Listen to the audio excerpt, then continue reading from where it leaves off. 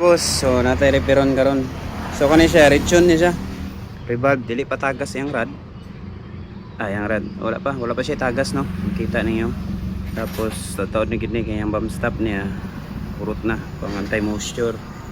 So rechon ta ni. So same ra ni siya sa CRF 250, CRF 300. So manitong tanggalan sa nato siya og spring. Mo ni ang play mga boss.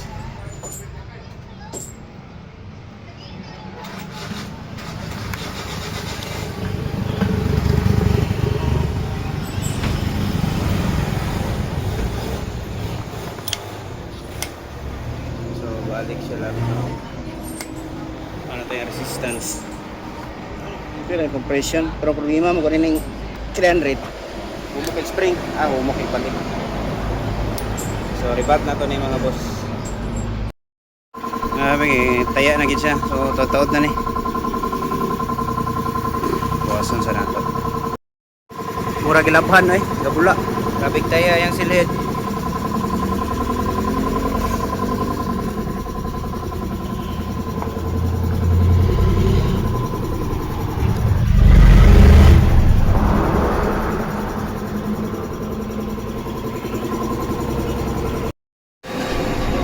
So sa makita niyo muna yung valving mga boss.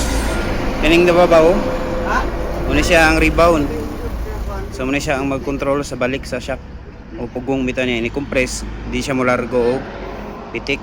Kani po siya muna siya ang compression. So kani sa lang daw may itong adjustan.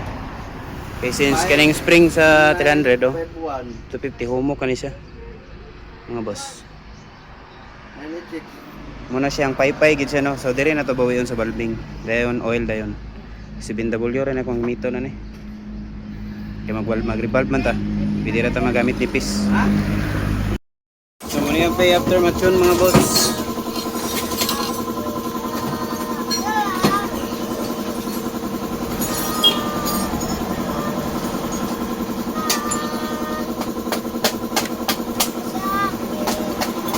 Kita nyo, hinay na ganyan balik.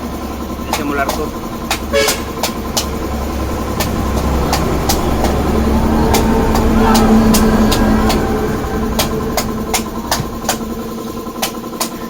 Isa pa.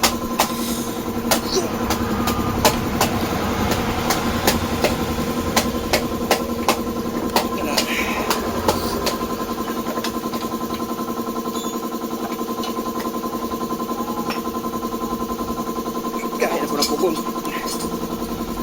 Kubo nga. So nagikuilain makita nga bump stop no. So kung pang 14mm dire, dili pang XR man eh. Mga ko butang dire. Lima wala na gid. Full poke na. Magkakos po ni sa gas-gas. Kahit naman ko do.